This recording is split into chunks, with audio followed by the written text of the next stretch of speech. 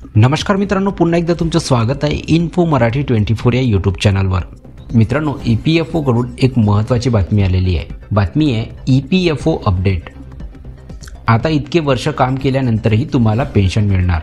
मित्रांनो, काय आहे ही बातमी नक्की बघूया, पण त्याआधी जर तुम्ही आपल्या चॅनलवर नवीन असाल तर चॅनलला सबस्क्राइब करून बाजूला दिलेल्या बेल आयकॉनला नक्की क्लिक करा।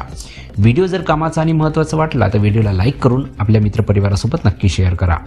मित्रांनो, तुम्हाला EPFO पेन्शनबद्दल आज आम्ही सांगणार आहोत, ज्याद्वारे तुम्हाला वयाच्या 60व्या वर्षी चांगले निवृत्ती वेतन मिळू शकते। विशेष म्हणजे तुम्ही एखाद्या कंपनीत 10 वर्षेही काम केले असेल तरी देखील तुम्हाला निवृत्तीनंतर तिथून मासिक पेन्शन मिळू शकते।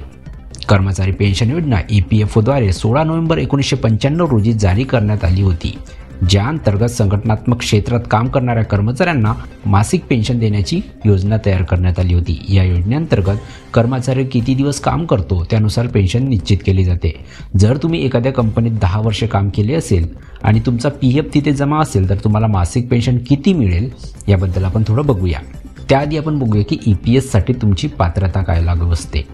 मित्रांनो, जर तुम्ही संघटित क्षेत्रात काम केले असेल तरच तुम्हाला EPS म्हणजे कर्मचारी पेन्शन योजनेचा लाभ मिळेल आणि या योजनेअंतर्गत तुम्हाला किमान 1000 रुपये मासिक पेन्शन मिळेल। मात्र किमान निवृत्ती वेतनाची रक्कम दरमहा 7500 रुपये करण्याची मागणी अनेक दिवसापासून सुरू आहे। सर्वात महत्त्वाची गोष्ट म्हणजे कर्मचाऱ्यांचे PF खाते असले पाहिजे, ज्यामध्ये त्याने नोकरीदरम्यान पैसे जमा केलेले असावेत। याशिवाय या योजनेचा लाभ वयाच्या 58 वर्षानंतरच मिळणार आहे। EPF सदस्य त्यांच्या मूळ वेतनाच्या 12% EPFO द्वारे PF मध्ये योगदान देतात। तीच रक्कम कंपनीद्वारे देखील जमा केली जाते।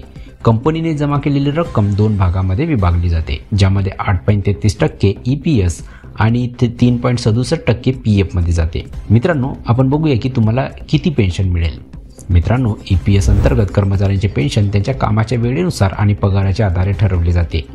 आम्ही तुम्हाला 10 वर्षे काम करणाऱ्या कर्मचाऱ्यांच्या पेन्शनची गणना सांगणार आहोत, ज्याचा मासिक पगार 15,000 रुपये आहे। याचा फॉर्म्युला स्क्रीनवर तुम्हाला दिसत आहे। मासिक pension is equal to pension मात्र वेतन गुणिला नोकरीचा कालावधी भागिला 70। आता पेन्शन पात्र पगार इज इक्वल टू तुमच्या शेवटच्या 60 महिन्याच्या पगाराची सरासरी। कर्मचाऱ्याचे पेन्शन या सूत्राद्वारे ठरवले जाते। हे आता एका उदाहरणाद्वारे आपण समजून घेऊया। जर तुम्ही कंपनीत 10 वर्ष काम केले असेल आणि तुमचा पेन्शन पात्र पगार 15,000 रुपये असेल तर तुम्हाला वयाच्या 58व्या वर्षापासून 21 ते 43 रुपये मासिक निवृत्ती वेतन मिळेल। तर मित्रांनो, कशी वाटली ही कामाची आणि महत्त्वाची बातमी? जर बातमी कामाची आणि महत्त्वाची वाटली असेल तर व्हिडिओला लाईक करून आपल्या मित्रपरिवारासोबत नक्की शेअर करा। तसेच जर तुम्ही आपल्या चॅनलवर नवीन असाल तर चॅनलला सबस्क्राइब करून बाजूला दिलेल्या बेल आयकॉनला नक्की क्लिक करा। व्हिडिओ बघितल्याबद्दल खूप खूप धन्यवाद।